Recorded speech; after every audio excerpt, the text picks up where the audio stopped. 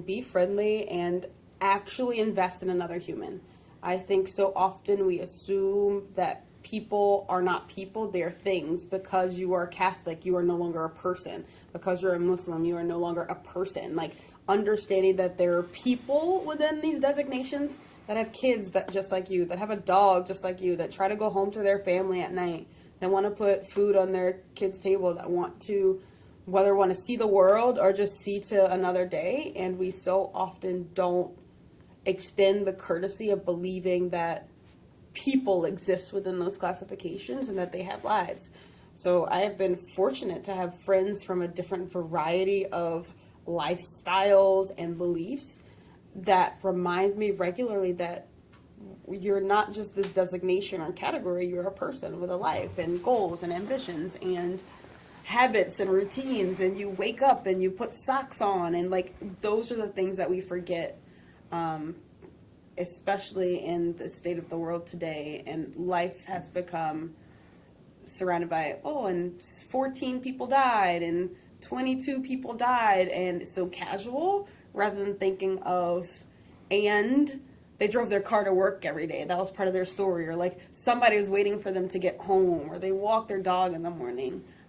We just have taken the humanity out of each other, and I think that is something that needs to be highlighted and embraced, and get to know people that are different than you. A friend of mine was giving a talk about race at his college, and he was like, what would you say to people? I would say, if you leave college and you don't know somebody who is different than you have failed completely. If you live this life and you don't know anybody from different backgrounds than you have failed. You have not done it right. That's what I think. Yeah, I agree. And it's beneath the surface relationships that people have to actively seek out. Because it's just a huge difference to have a work colleague as opposed to, how many people that are really different from you have been in your house and broken bread with you at your table. Like that distinction, and that's where people need to be vulnerable. And I think, so I would say there's two things we need. We need a greater sense of humility and a reduced sense of fear. So the humility that allows me to truly listen, not judge, and not believe in any way that, as you're saying, that I'm above you or beneath you or trying to put us on some linear scale, that I'm just trying to evolve, you're trying to evolve, we all got our stuff, and not make assumptions. But I think that takes a different level of humility than, particularly in this country where, not just this country, because I think unfortunately some of the worst part of American values have really permeated a lot of other parts of the globe, where it's okay to stomp your way to the top. If you get to the top, if you're near the top, fighting your way to the top, if you do what you got to do. And that mentality, there's enough of that we accept, that takes away the humanity from all of us. And so I have to bring a level of humility to every conversation. That with that humility comes respect and real listening, I think. But the other piece that I think is newer is the fear factor, and I think the 24-hour news cycle has compounded that. And I think that there's, I think politicians for centuries have used fear as a controlling device, but I feel as if perhaps it's more global now in terms of the degree to which so much of our negative energy towards other human beings starts from I'm afraid that, and fill in the blank. I'm afraid you're trying to take something from me. I'm afraid that I'm not gonna be happy if blank. I'm afraid. So I just think fear drives so much of our decision making and emotions in a negative way that makes the other person turn into an object that is impeding my ability to accomplish what I want, rather than another human being. And so yeah, I think that's, I think all of us, if we could continually ask ourselves, and I know I need to do it more, just what am I afraid of? Why am I acting this way? Because I'm afraid of what? Well, and I often make the joke of, like, I didn't know any Jewish people growing up, I think also the thing is, like, you have to go out of your way in some regards to actually do that. Like, I wish that was something that was a part of my life earlier, but, like, in order to, like, actually understand and actually be more empathetic, you sometimes have to go out of your way to find and meet people. And that's being vulnerable. I didn't say that. Like, in order for me to be vulnerable, I got to overcome my fear. And most of us are not willing to, like, take the chance of. So going back to this, take the example of the dinner. Like, invite somebody over for dinner who's really different from me. Oh, well, that took some vulnerability, and I was afraid they'll reject me, or they'll think I'm weird, or they'll be like whatever, or when they come to my house, we won't get along, or whatever it might be.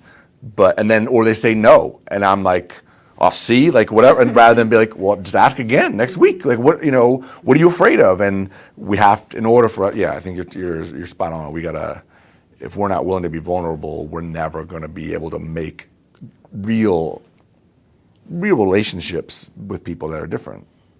It takes courage. It's not hard to say, hi, how you doing in the hall of a school or a workplace, but it's very different to try and have a real relationship.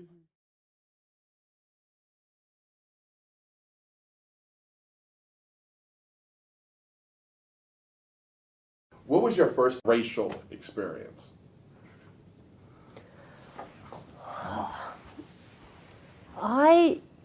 The first racial experience that I'm like aware of and like conscious of didn't happen until I was in college.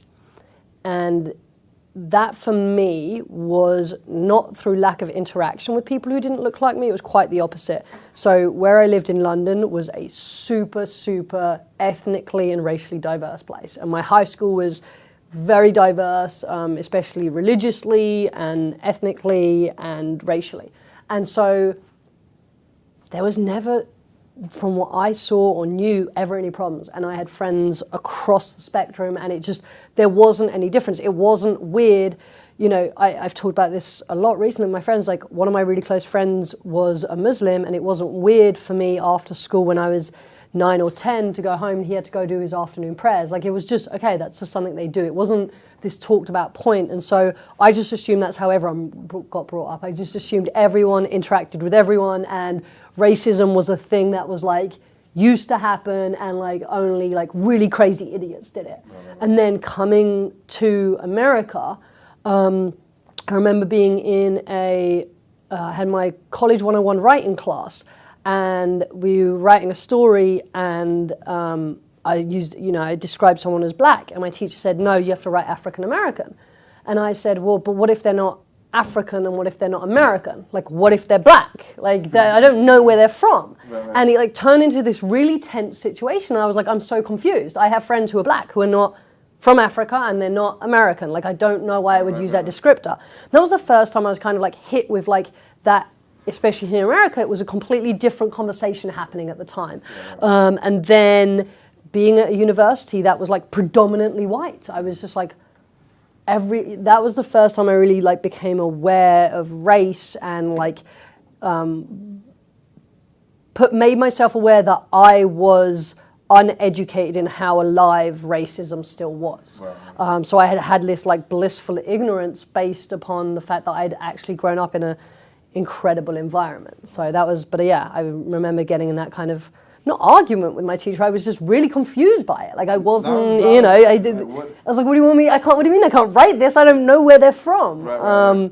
But just realizing that people were very protective over words and descriptors, rightfully or wrongfully, like whatever it is, like, I was just like, oh, this is a really tense conversation still happening. Like, I didn't realize we were still having this conversation. And now I'm like, okay, I get it. We have to be having this conversation still, but it was very, very different.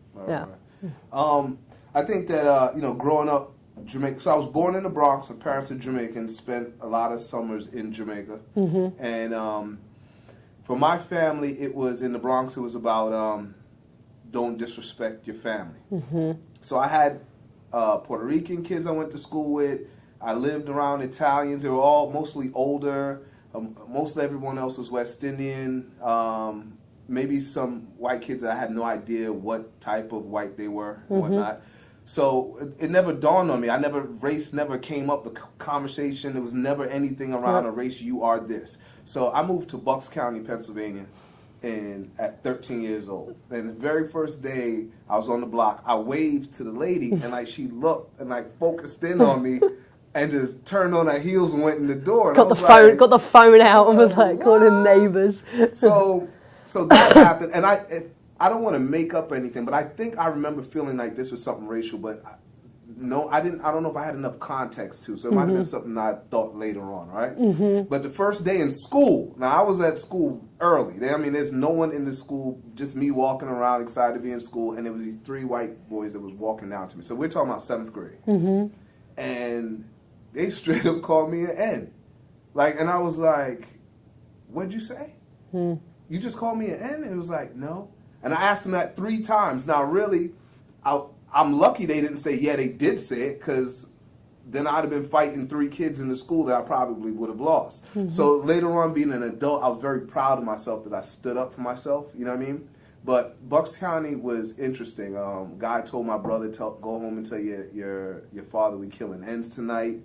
I remember this kid named, I don't want to say his name, but MS, and remember he fought this skinhead, and all the black people was around like, God beat him up, yeah! And he was this white kid, and I don't know why they were fighting, but being older now, looking at that, just how that meant to all the black kids around watching him fight this skinhead who may not even been a skinhead. So yeah, I didn't know about race until I moved to a predominantly white neighborhood. Then it was clear to me, I am black. Did your parents ever have to then address that, because you got brought up in a place that wasn't something you didn't have to be aware that you were black, and then you went somewhere that you were is that something your parents had to be like, listen, this is just a change, or they were like, learn? It was the same thing.